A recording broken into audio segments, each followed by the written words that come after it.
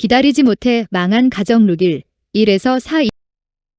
C.S. 루이스는 말했죠. 기독교를 한 단어로 정의하는 단어가 하나 있다. 그것은 은혜이다. 참 맞는 말 같습니다. 기독교를 한 단어로 정의하라면 은혜로 밖에는 설명할 수가 없습니다. 그런데 그 은혜를 가장 잘 설명한 책이 사실은 룻기디입니다. 그래서 룻기디는 한 멸망한 집안에 어떻게 다시 움이 돋고 싹이 나고 꽃이 피는가를 소중히 담은 원리가 감춰져 있어요.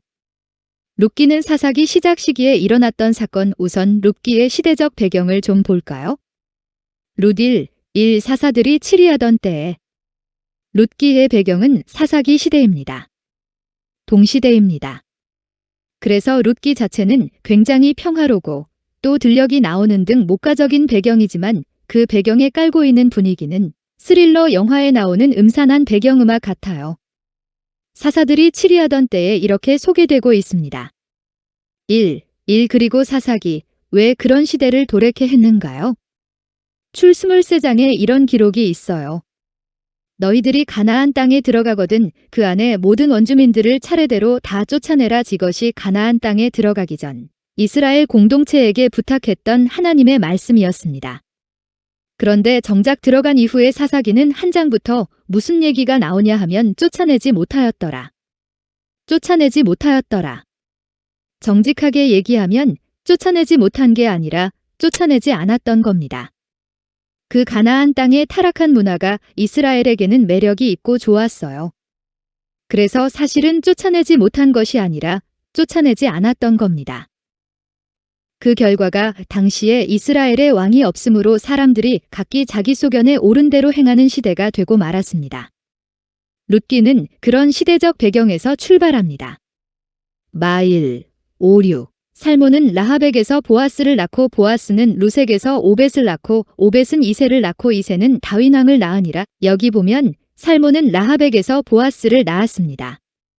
라합은 여호수아가 가나안 땅을 정탐할 때 만났던 여리고 성의 기생이었습니다. 룻이 보아스를 만나는데 그럼 룻의 시어머니가 라합이란 말입니다.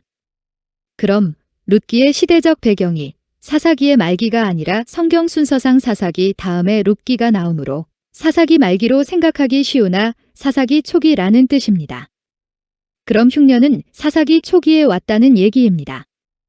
하나님이 인도하셔서 젖과 꿀이 흐르는 가나안 땅으로 들어갔는데 들어가자마자 얼마 안 있어 흉년이 왔다는 겁니다. 그런데 엘리멜렉의 가정은 그 흉년을 버티지 못했어요. 견디지 못했어요. 여호와께 묻지 않았어요. 그냥 피하고 벗어나고만 싶었습니다. 룻 1 사사들이 치리하던 때에 그 땅에 흉년이 드니라. 여러분, 이 가나안 땅은 오랜 세월 하나님이 히브리인들에게 젖과 꿀이 흐른다는 약속을 통해 그들을 인도해서 들여놓은 땅입니다. 하나님이 목적하신 땅이고 하나님이 인도하신 땅인데 그 땅에 흉년이 들어요. 이게 성도의 삶입니다. 예수님이 명하여 가라 하신 뱃길에도 폭풍우가 있었어요. 심지어는 예수님이 타고 주무시며 가던 배에도 광풍이 불었습니다. 예수 믿는다고 병에 안 걸리고 무병장수하는 건 아니에요. 인생들이 겪는 모든 즐거움, 논물, 고통, 수많은 사연들을 성도도 똑같이 겪습니다. 문제는 흉년의 문제가 아니라 어차피 우리는 아담의 범죄 이후에 타락된 세상에서 창조물이 다 피폐해지고 생명을 잃어버리고 타락했어요. 그래서 우리가 이그러진 모습 속에서 살아갈 수밖에 없습니다. 그게 정상이에요. 그래서 약속의 땅임에도 불구하고 흉년이 있어요. 문제는 흉년 자체가 문제가 아니라 그 흉년을 대처하는 성도의 자세가 무엇이냐는 겁니다. 근데 오늘 여기 등장하는 주인공 이름이 엘리멜렉입니다. 이 이름의 뜻은 하나님은 나의 왕이시다. 조금 더 정확히 번역을 하면 하나님만이 나의 왕이시다라는 상당히 그럴듯하고 괜찮은 이름이에요. 그런데 오늘 성경에 어디를 찾아봐도 어디를 뒤져봐도 이 흉년 앞에 엘리멜렉은 1절 하나님 앞에 묻지 않고 모압의 드림을 꿈꾸고 모압 땅으로 넘어갑니다. 아메리칸 드림에 빗대어 대상밖에 묻지 아니하였으므로 여호와께서 그를 죽이시고 그 나라를 이새의 아들 다윗에게 넘겨주셨더라. 사울이 버림받았던 그리고 그 집안의 촛대가 다윗의 집안으로 넘어갔던 이면에는 여호와께 묻지 아니하였으므로 이게 중요한 이유입니다. 여러분, 새해에는 하나님께 많이 묻는 은혜가 있기를 바랍니다. 하나님은 하나님을 구하는 자, 하나님을 두드리는 자에게 만나 주십니다.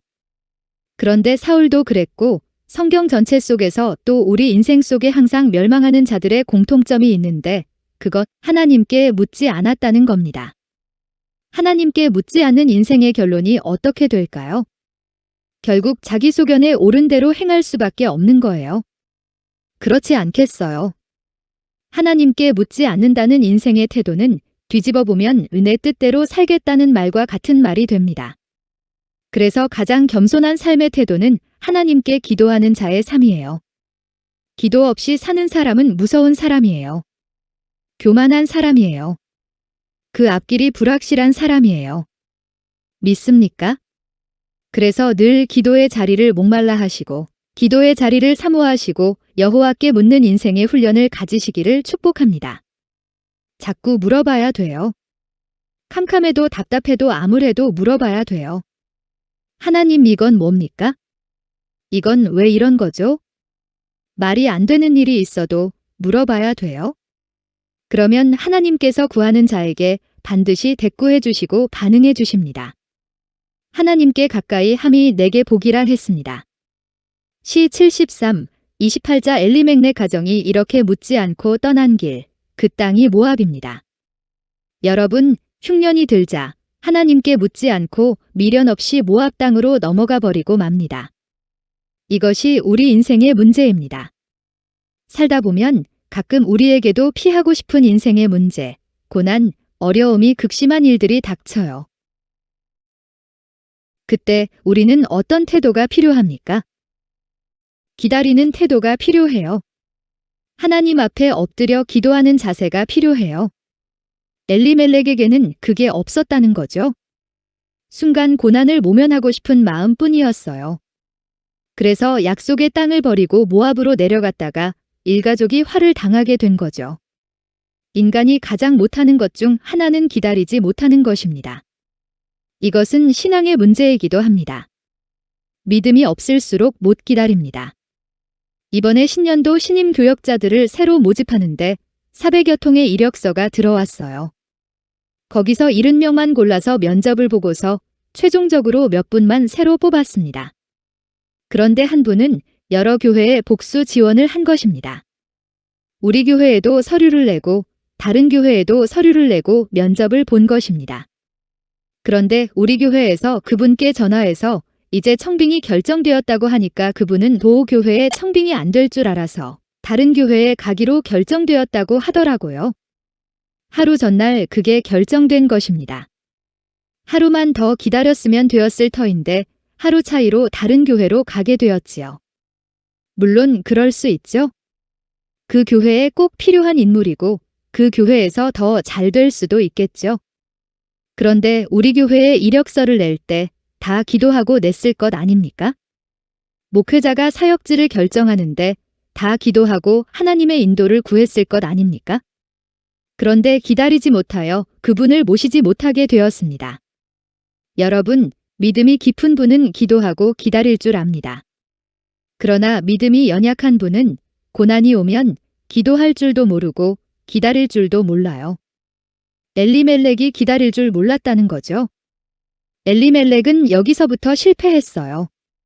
그냥 무슨 고난이 닥치면 인간적으로 자기 살 길을 순식간에 찾는 것입니다. 신앙인의 인생은 하나님 앞에서 기다리는 싸움입니다. 잘 기다리시기 바랍니다. 기다림이 믿음입니다. 하나님 앞에서 열망을 가지고 기다리십시오.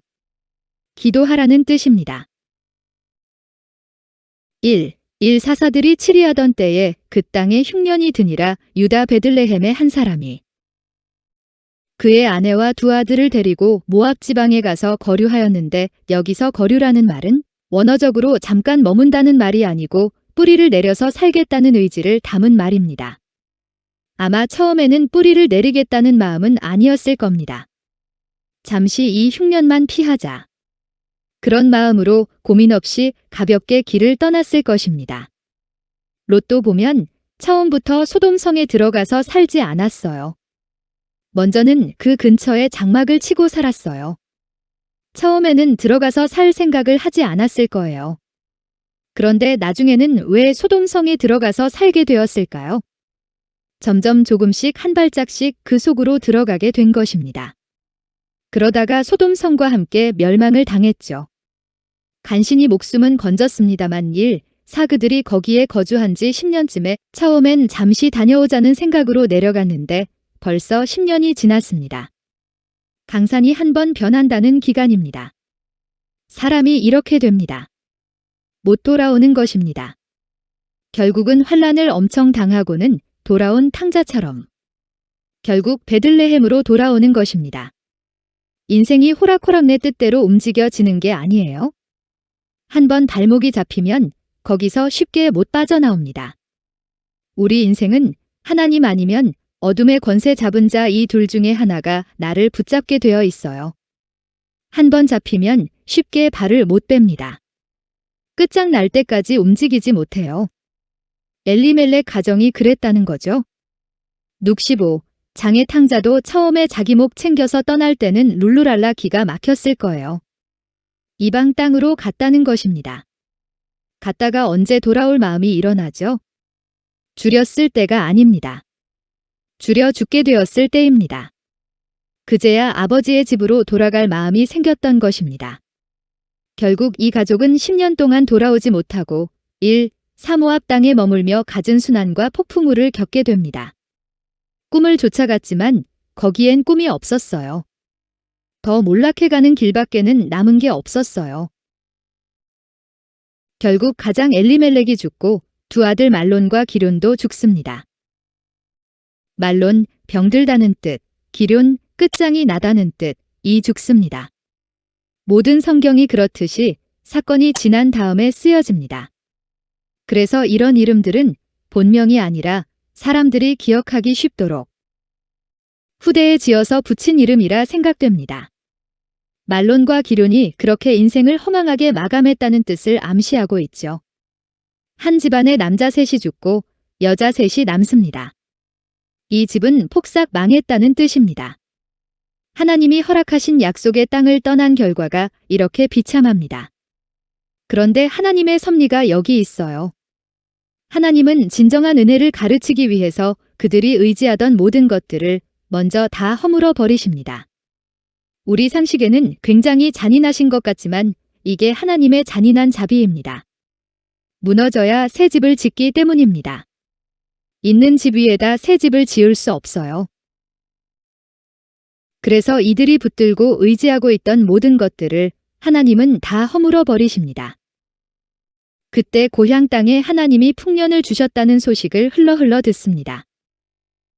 나오미는 결단을 하고 고향 땅 베들레헴 떡집으로 돌아가려고 합니다. 돌아가 보니 동네 사람들이 한눈에 알아봅니다. 나오미란 이름은 기쁨, 즐거움이란 뜻입니다. 동네 사람들이 수군거리는 말을 나오미가 듣고 자조적인 말로 이렇게 말합니다. 나를 더 이상 나오미라고 부르지 말고 마라라 부르시오. 쓰라리다는 뜻입니다. 그런데 그 이후로 한 번도 나오미는 마라로 불려진 적이 없습니다. 계속 나오미로 나옵니다. 우리는 자신을 마라로 여길 수 있어요. 나는 스펙도 없고 집안도 별로고 흙수저이고 여러분, 그 세상 끈이 끊어져야 돼요. 그래야 하나님의 튼튼한 은혜의 줄에 붙들립니다. 하나님은 자기 스스로 마라로 여겼던 나오미를 결코 마라로 바라보시지 않습니다. 나중에 나오미의 결말을 보십시오.